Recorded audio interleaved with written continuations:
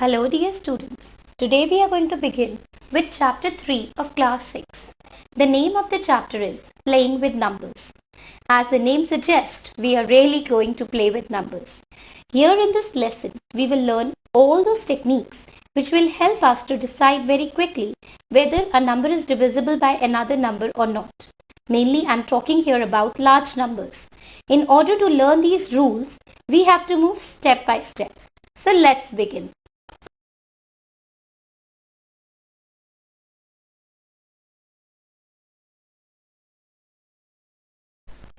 So let's start by discussing the contents which will be covered in this chapter.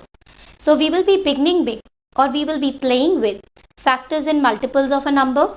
Then to know more about different types of number. Moving on to properties of numbers, that is we will be learning test of divisibility. And finally, how to prime factorize the numbers and find their HCF, that is highest common factor, or LCM, that is lowest common multiple.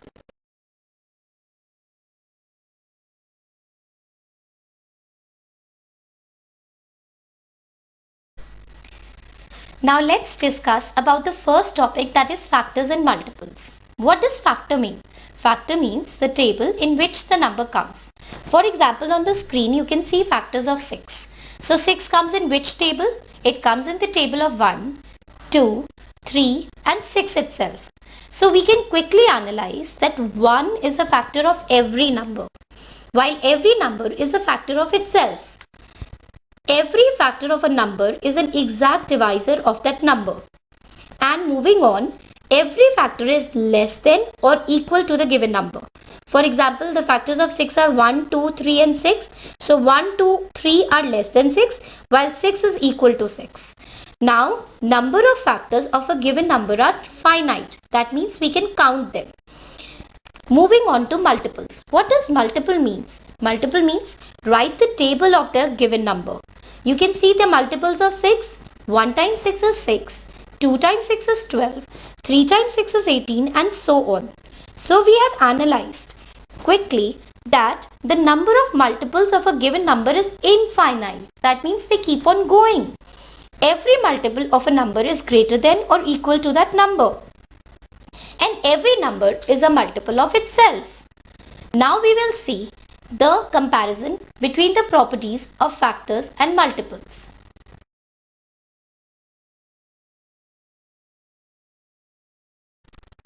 We have already discussed all the properties of factors and multiples, and the difference between them is that factors are finite while multiples are infinite. Every factor is less than or given equal to the given number while multiples are greater than or equal to the given number. Right? And 1 is a factor of every number, while on the other side every number is a multiple of itself. So we have learned about factors and multiples. Now we will discuss about different types of numbers. So prime and composite numbers. Prime numbers are those numbers which have exactly two factors, 1 and the number itself. So these are called prime numbers, while the numbers having more than two factors are called composite numbers. But we are discussing prime numbers first. So 2 is the only even prime number. Rest all the prime numbers are odd. Now if we discuss further, let's pick up a number 7. 7 is coming in the table of 7 and in the table of 1. So 7 is a prime number. So to reiterate, I will say that prime numbers are those numbers which have exactly two factors.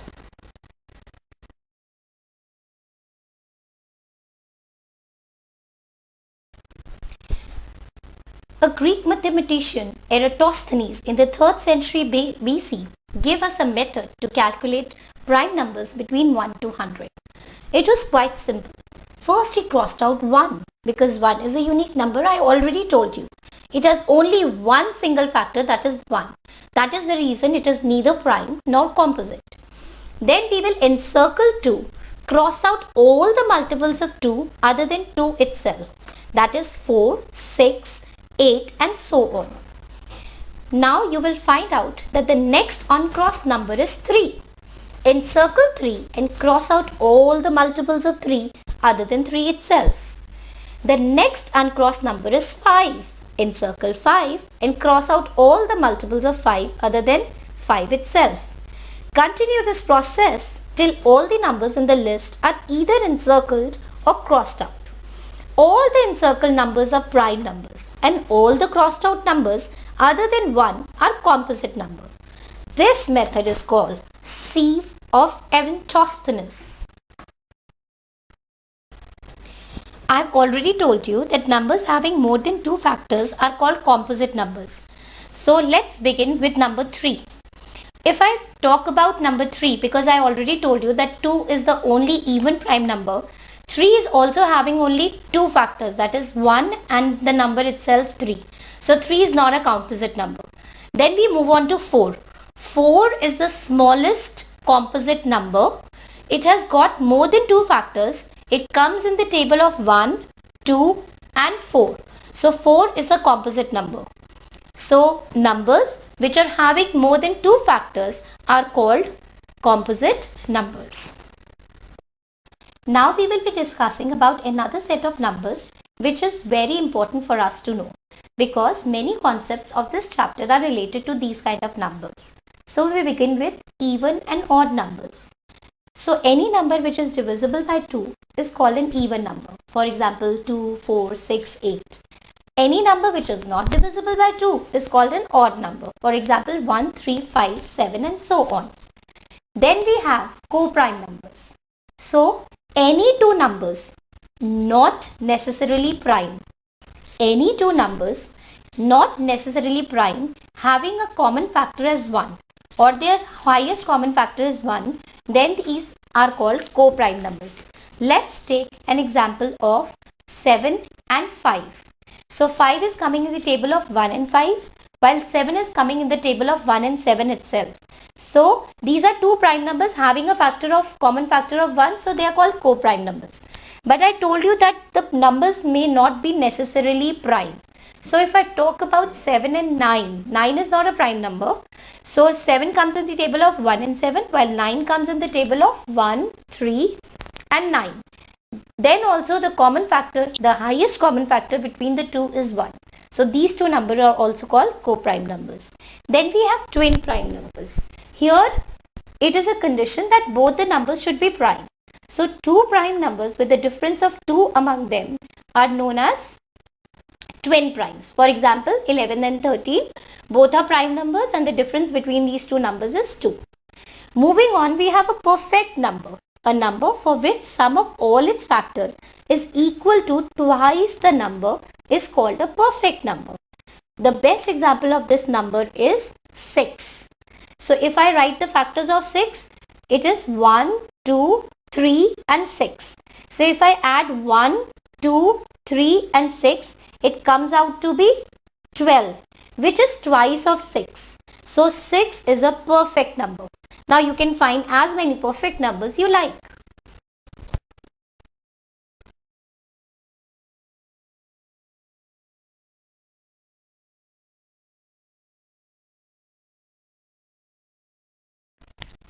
Let's think of a large number and see whether that large number is divisible by 2, 3 or 4 in order to prime factorize it. So if I've taken an example of 6,78,285, I need to check with what prime numbers will it go in order to prime factorize it. So now we will be looking at some tricks or patterns which can really help us to identify the particular number will go in which table. Maybe in the table of 2, maybe in 3 or 5 and so on. So let's learn some divisibility rules. To begin with, we have a divisibility rule of 2, which states that a number is divisible by 2 if it has any of the digits, that is 0, 2, 4, 6, 8 in its ones place. You can see an example here of 128 having 8 at its ones place, so it is divisible by 2. Then we have 3. If the sum of the digits is a multiple of 3, then the number is divisible by 3.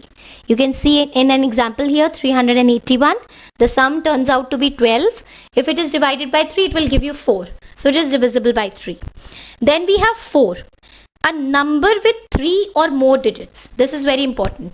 A number with 3 or more digits is divisible by 4 if the number formed by its last two digits, that is ones and tens place, is divisible by 4.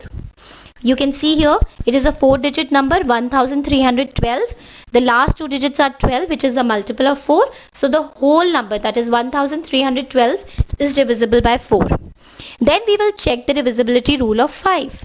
So a number which has either 0 or 5 in its ones place is divisible by 5. You can see the number here is 175. The digit at ones place is 5. So 175 is divisible by 5. Now we move on to 6. So if a number is divisible by 2 and 3 both, then it is divisible by 6 also. So you can see here as an example, we have taken 114. 4 is at its ones place, so it is divisible by 2. And then the divisibility rule of 3 states, add up all the digits, which turns out to be 6. 6 is a multiple of 3, so it is divisible by 3 also. So definitely it is divisible by 6.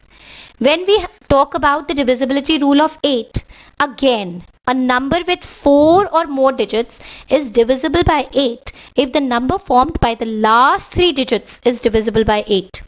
We can see here a very large number, 1,09,816. The last 3 digits, ones place, tens place and hundreds place is 816.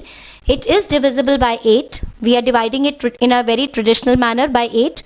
So it is divisible by 8. So the whole number, that is 1,09,816, is divisible by 8.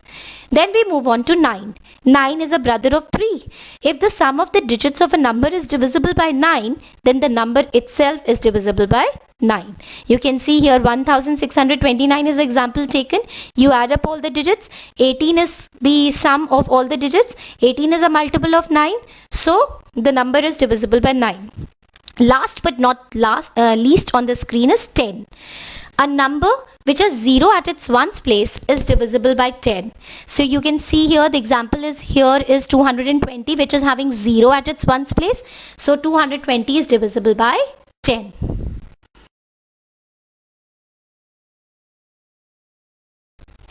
Now we will learn about the divisibility rule of 11. As this is a new concept and I want to give a very detailed explanation about this, that's the reason I have taken it separately. Now, you have to find the difference between the sum of the digits at odd places from the right. I will repeat this, from the right, and the sum of the digits at even places from the right of the number. If the difference is either 0 or divisible by 11, then the number is divisible by 11. So you can see here ample of examples in which I have taken the sum of odd places and even places, and that too from my right hand side. If I find the difference between the two, it should be either 0 or 11 or any multiple of 11. Then the full number is divisible by 11.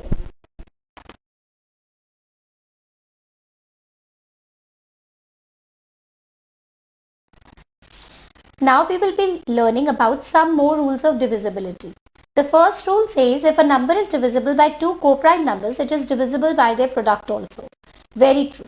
This is applicable in many questions given in NCERT, which states that what are co-prime numbers first of all? Co-prime numbers are those numbers which are having any two numbers which are having the highest common factor as 1. For example, I want to check whether a given number is divisible by 90 or not. So I will check the two co-prime numbers. I will take any two co-prime numbers whose product is 90. So suppose I have taken 45 and 2. So 45 and 2 are co-prime numbers, right? But we have not learned any divisibility rule of 45. Another option with us is 9 times 10.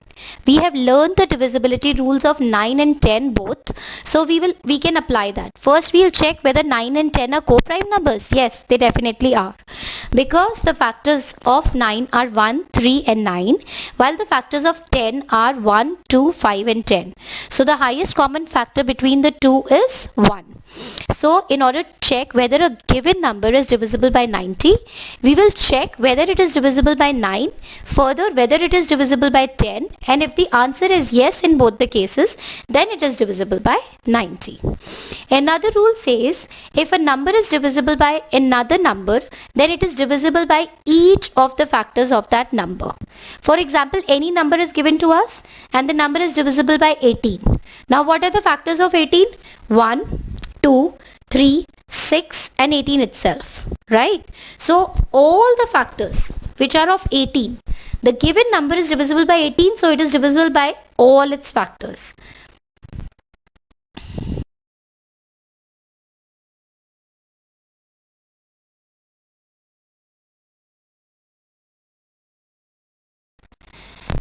We can see an example on screen which has clearly shown us the first rule, that is if a number is divisible by two co-prime numbers, it is divisible by their product also. So here the number is 25,110 which is divisible by 45. Now we will take any two co-prime numbers whose product is 45. So 1 and 45, because 1 is not a prime number, so we cannot have that option.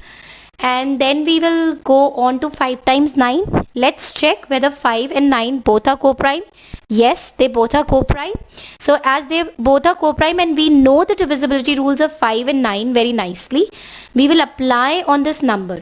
If it is divisible by 5, which is seen clearly in this example, that the ones place is 0, so it is divisible by 5.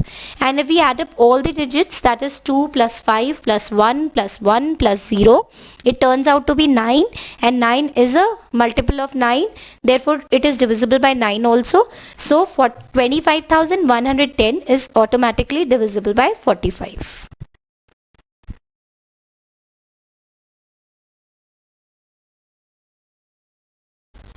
So now let's talk about the other divisibility rules, which says that if two given numbers are divisible by a number, then their sum is also divisible by that number. So we will be taking here as an example 16 and 20. Both are divisible by 4.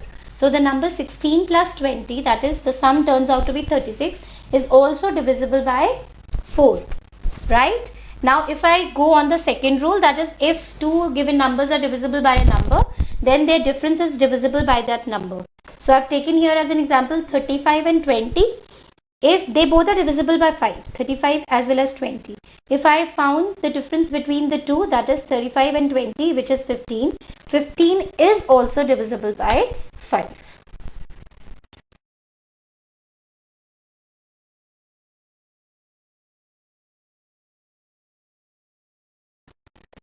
As we move on, let's study about prime factorization now. So prime factorization means that you are breaking up a number into its prime factors. For example, if you can see here, this is a tree method which is shown in the example, that 12, 3 times 4 is 12, where 3 is a prime number but 4 is not. So we have again prime factorized it to 2 times 2.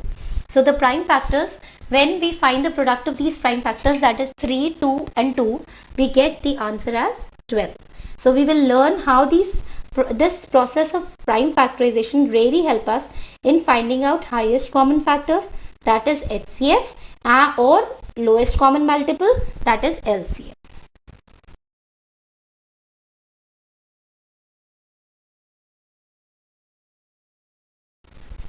We can analyze that prime factorization really help us to find in the given numbers the highest common factor. We take out factors of two numbers and take out the common factors among them. The highest number which is common among them is the highest common factor. But when we find the multiples of the number and we found then we encircle all the common multiples, the lowest common multiple which is among them is known as the LCM of that number.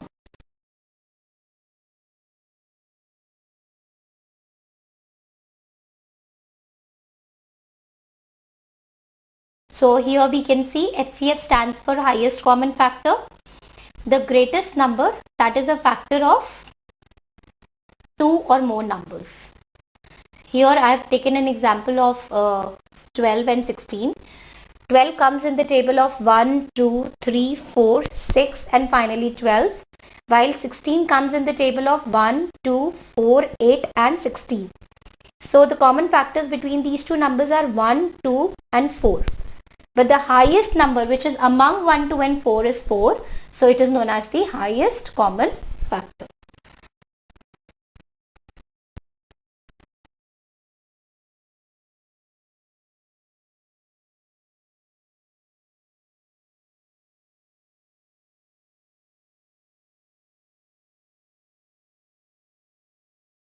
Then we can see here LCM, which stands for lowest common multiple.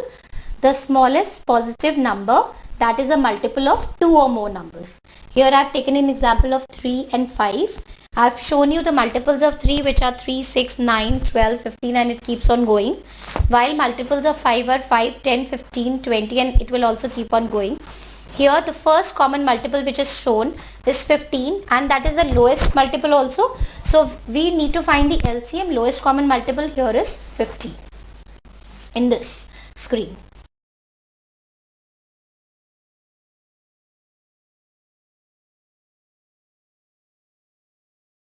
Why we have learned with the help of prime factorization to find out HCF and LCM of numbers, because there are many real life situations where we need to find out the HCF and LCM and derive to a conclusion. So here I have shown you an example where certain story sums are shared in which we need to find out the HCF and LCM. As you can see on the screen that there are various things where we need to find the HCF, like when we are splitting things into smaller sections or equally distributing two or more set of items into their largest groups, or when we need to figure out how many people we can invite, or when we need to arrange something into rows or columns, right? Now if we have a story sum which is asking about an event that is or will be repeating over and over again, like ringing of bells in a school, or 3 or 4 students taking steps together. So we need to find the LCM.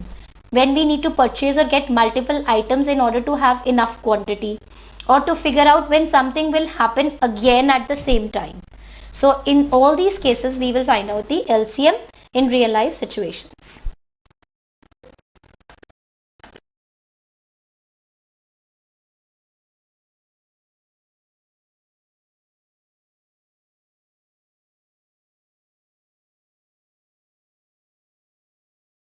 Now let's see an example to understand the real life application of HCF and LCM. It's written here, what is the maximum length of equal pieces that can be cut from two lengths of wire, that is 74 centimeters and 92 centimeters, with a piece of 2 centimeter remaining of each. So here the key word is maximum. So we will be finding out the HCF in the given story sum. Similarly, for lowest common multiple, the example taken here is what is the least number of children who may be arranged in rows of 12, 14 or 16 in each row. So the vocabulary word here is least. So we will find out the LCM of these numbers and derive to a conclusion.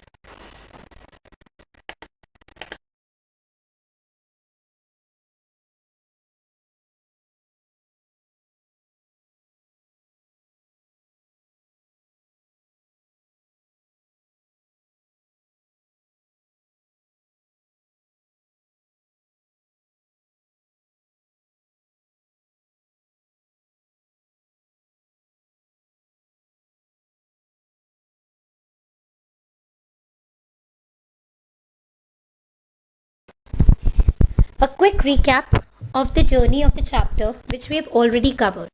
So we began with factors and multiples, followed by prime and composite numbers with the help of sieve of Eratosthenes, and then we learned that without actual division how we can find out whether a number is divisible by what other number. Moving on, we learned about prime factorization, which really helped us to find out HCF and LCM of given numbers.